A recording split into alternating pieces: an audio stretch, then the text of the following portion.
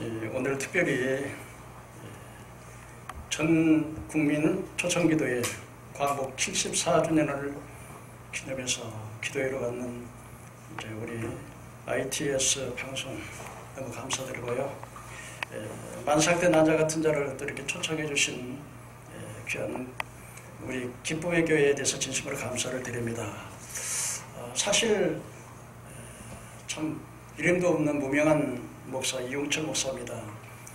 발람 선지자에게 나귀를 통해서 발람 선지자의 입을 여시고 책망하시는 그 하나님께서는 이 만삭대 난자 같은 자를 통해서 오늘 이 시대에 입을 열어서 나라를 일깨우는 그런 말씀을 해 주실 줄로 믿습니다. 오늘 저는 여러분과 함께 정치와 종교자들의 죄랍니다. 첫째로 오늘 본문의 말씀을 보니까 이스라엘의 파수꾼들이 맹인이요 그렇게 말씀하셨습니다. 여기 이스라엘의 파수꾼들은 오늘날 다른 말로 바꿔서 말씀을 드리면 바로 종교 지도자들 가운데서도 우리 기독교의 대형교회 목사님들을 가르치지 않나 이렇게 생각을 해봅니다. 왜 이 대형교회 목사님들이 맹인입니까? 바로 정교 분리의 원칙을 잘 모르기 때문에 무지하고 또 짓지 못하는 벙어리개라고 말씀을 합니다. 이 목회자라고 하는 제가 신학교에서 이렇게 배웠습니다. 목사는 삼직을 겸한다고 배웠습니다. 왕과 선지자와 제사장직을 겸한다고 배웠습니다. 왕이라고 하는 것은 모든 행정의 총책임자로서 왕이고, 제사장이라는 것은 우리의 죄악을 사하고 하나님과 사람 사이에 화목하게 하시는 사명을 하기 때문에 제사장직이고, 선지자라고 하는 것은 바로 하나님의 말씀을 그대로 받아서 가감없이 전하는 것이 선지자의 사명입니다. 선지자의 사명은 자기의 뜻을 전하는 것이 아니라 수많은 이사야를 중심으로 해서 말라기 선지자까지 하나님께서 말씀하시면 그 말씀을 그대로 가감없이 대언하고, 나라와 민족과 지도자를 잘못했을 때 책망하고 고면하고 그런 것이 바로 선지자의 사명이 아닌가 생각을 합니다. 그런데 우리가 우리 죄의 종들이 나라가 이렇게 위기가 있는데도 그 말씀을 전하지 않고 자기 안 일만 생각한다면 바로 짓지 못하는 벙어리기가 아니겠나 그렇게 생각을 해보고, 또 이 지도자들의 종교 지도자들의 죄가 탐욕이 심하여 조한주를 못한다. 여기에는 우리가 더 설명이 필요 없을 것 같습니다.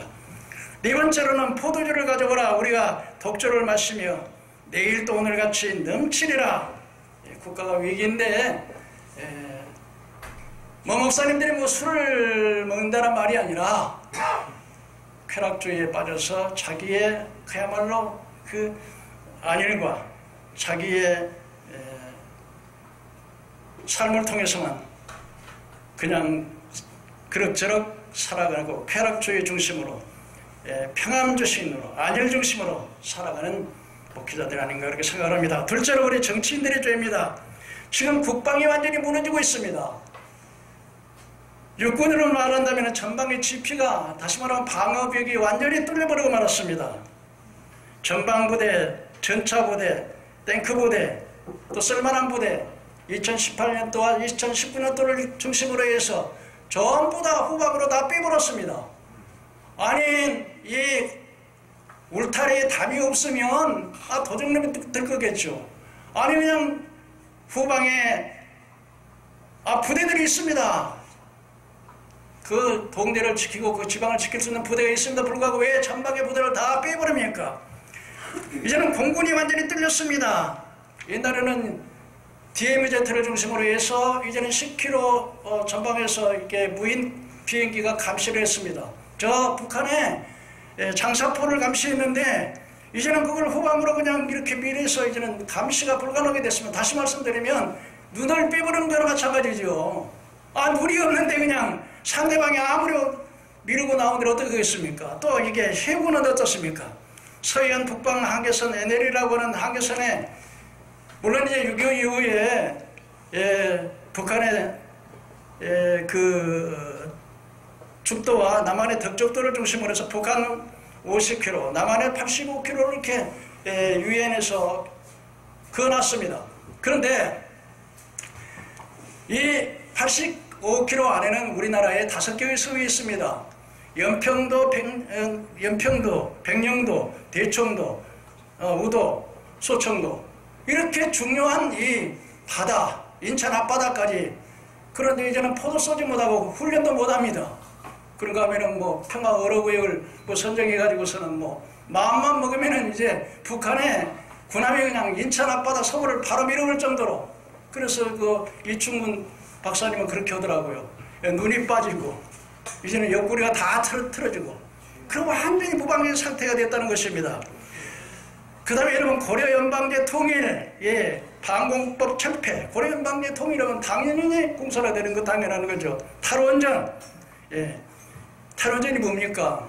에너지도 위해서 우리의 에너지를 통해서 많은 돈도 벌어오고 전기도 에너지로 사용할 수 있지만은, 이 탈원전의 가장 중요한 것은 힘이 있는 사람은, 내가 힘이 있으면 상대방이 싸면 안 합니다. 북한에는 핵이 있고 남한에는 핵이 없어요.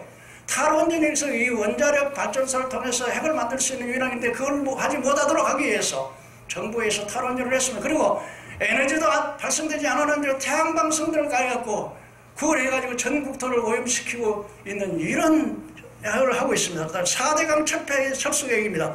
4대강이 뭡니까? 여러분, 홍수가 났을 때 홍수를 방어해 줄 수 있는 것이고, 가뭄이 왔을 때 가뭄을 해결해 줄 수 있는 그런 것인데, 왜 4대강을 철폐해야 되냐 말입니다.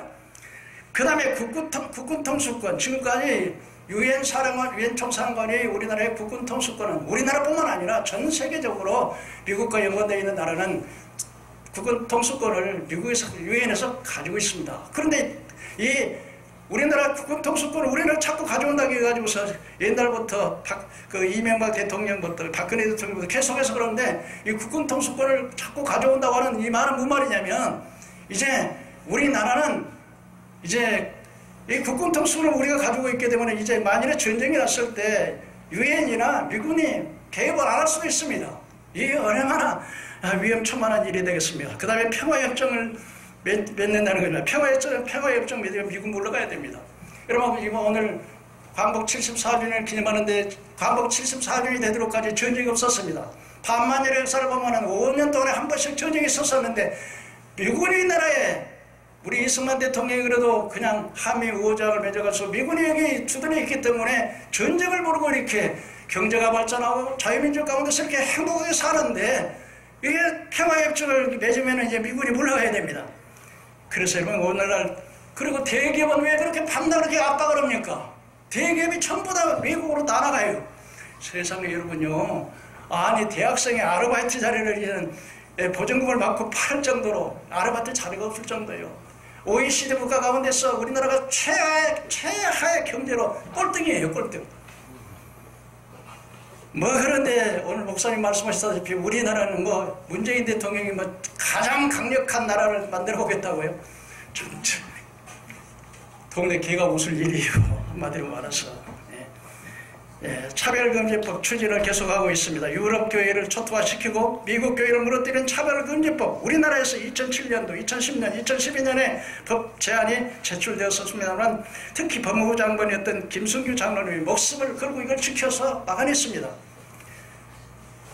현 정부 여당은 더불어민주당 혐오 표현을 규제를 법으로 2018년 2월 13일 날 입법 예고를 했습니다. 만일 이 법이 통과되면 교회에서 이제는 예수 외에 구원이 있다 그러면 그냥 잡아가야 되는 거예요. 그래서 여러분, 하나님의 법보다는 세상의 법이 하나님의 법을 규제해 버리고 말았습니다. 문재인 대통령이 2018년 초에 개헌을 시도했습니다. 국민을 사람으로, 자유민주주의를 자유를 빼버리고 민주주의로, 양성평등을 성평등으로 바꾸려 했습니다. 국민을 사람으로, 난민과 이민자들에게 국민 세금을 사용하겠다는 것입니다. 무슬림이 들어와서 개신교를 죽이는 동시에 여당을 지지하는 세력을 만들어서 오랫동안 통치하겠다는 뜻입니다. 자유민주주의를, 자유민주주의 대신 사회민주주의, 인민민주주의를 하겠다는 뜻이요.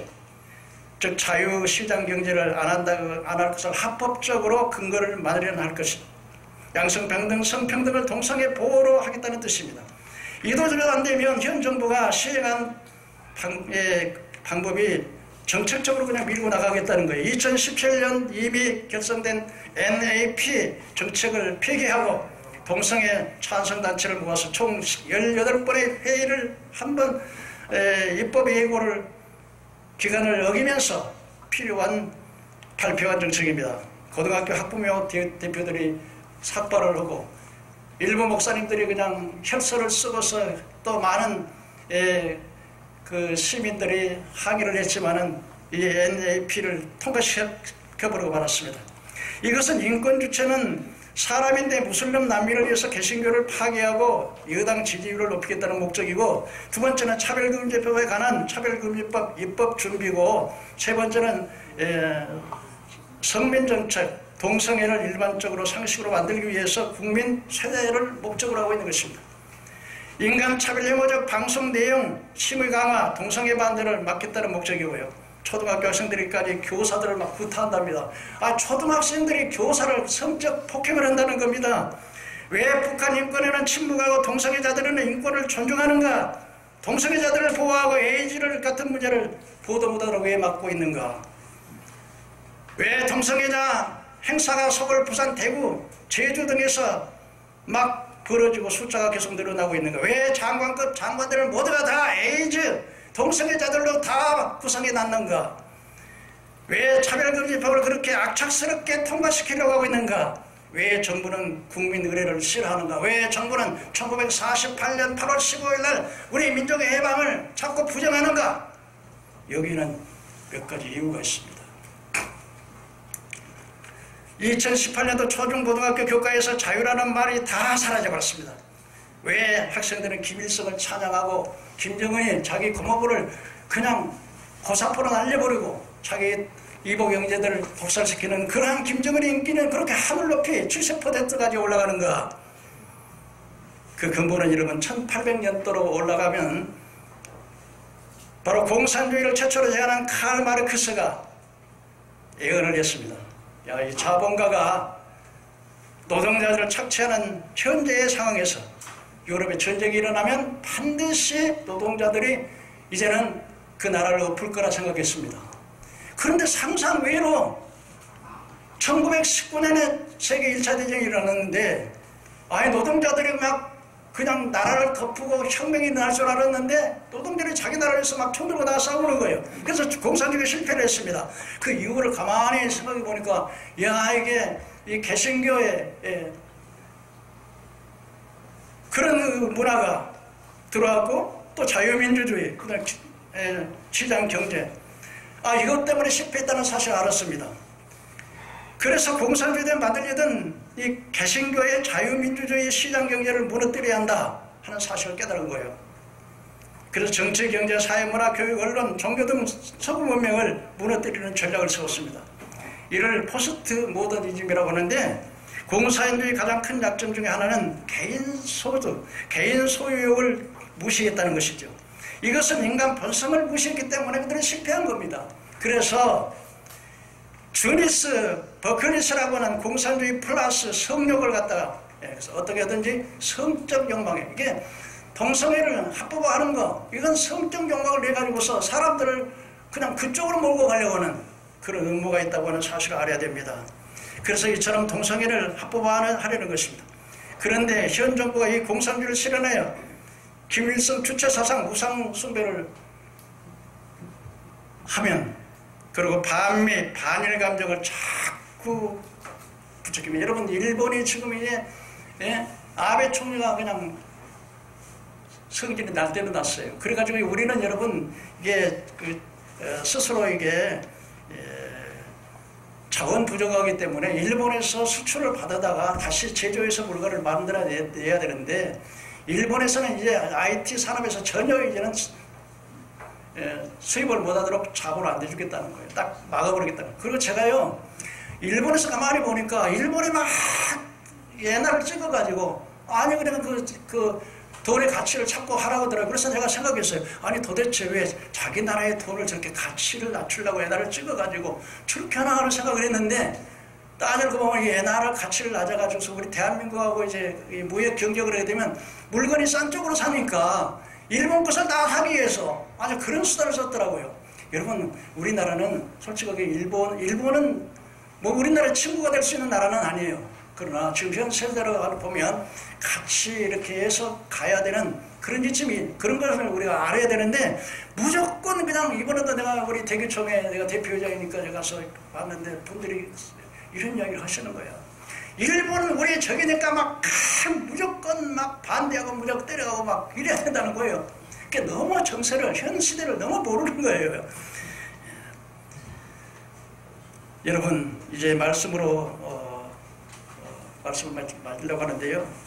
유다라고 하는 나라가 이게 하만이라고 하는 사람에게 의해서 아주 그냥 멸절 위기에 있었을 때 모르드게가 자기 사촌 여동생이 황후가 됐는데 와서 나라의 형편을 말하면서 너는 가서 이 사실을 이제 아수르 왕에게 알리라 그랬습니다. 근데 모르드게가 에스더가 말했습니다. 왕이 금호를 내밀지 않으면 우리는 못 갑니다. 죽습니다. 그랬더니 모르드게가 하는 말이, 너 혼자 왕궁에 있으니까 살아남을 줄 아느냐? 하나님께서 이때를 위해서 너를 그 자리에 세운 거 아니냐? 만일 네가 잠잠하면 하나님께서 다른 방법으로 구원을 지금 너희 집은 거름더미가 될 줄 알라.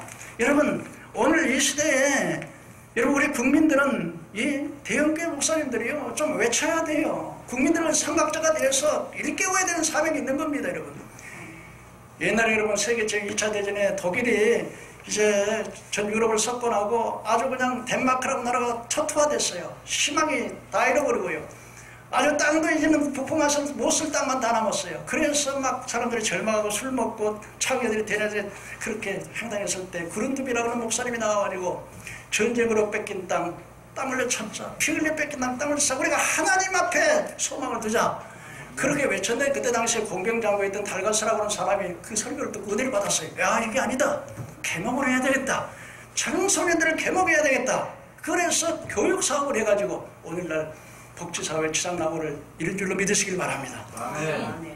그렇기 때문에 여러분, 우리 기독교인들이 또 목사님들이 삼각자가 되어서 백성들을 깨우쳐야 돼요. 믿으시면 한번 아멘 하세요.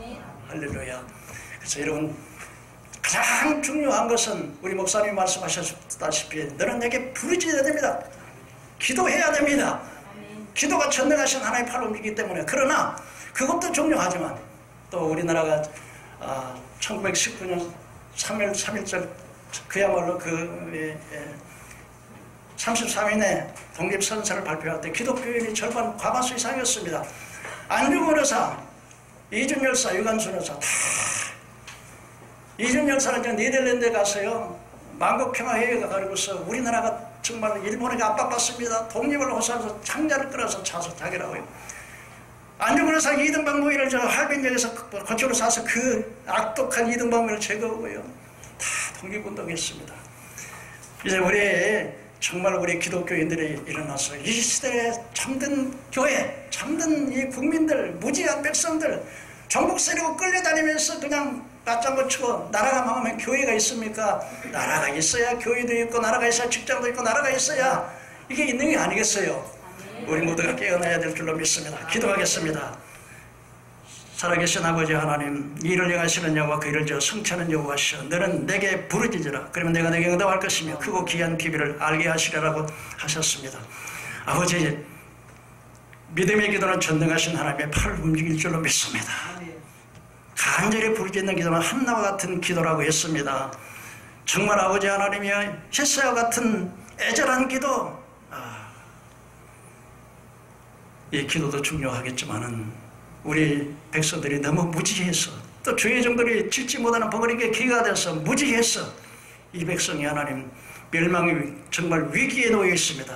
그러나 역사의 주관자는 하나님이신 줄 믿사오니 주의 이 백성을 기억하여 주시고, 이제 반드시 이 백성이 평화 통일되어서 세계 1등 우뚝 서는 세계 선교사를 제일 많이 파송하는 국가, 축복받는 민족으로 남북의 평화 통일되고 아버지 세계를 지배해 나가는 귀한 나라가 될 줄로 믿습니다.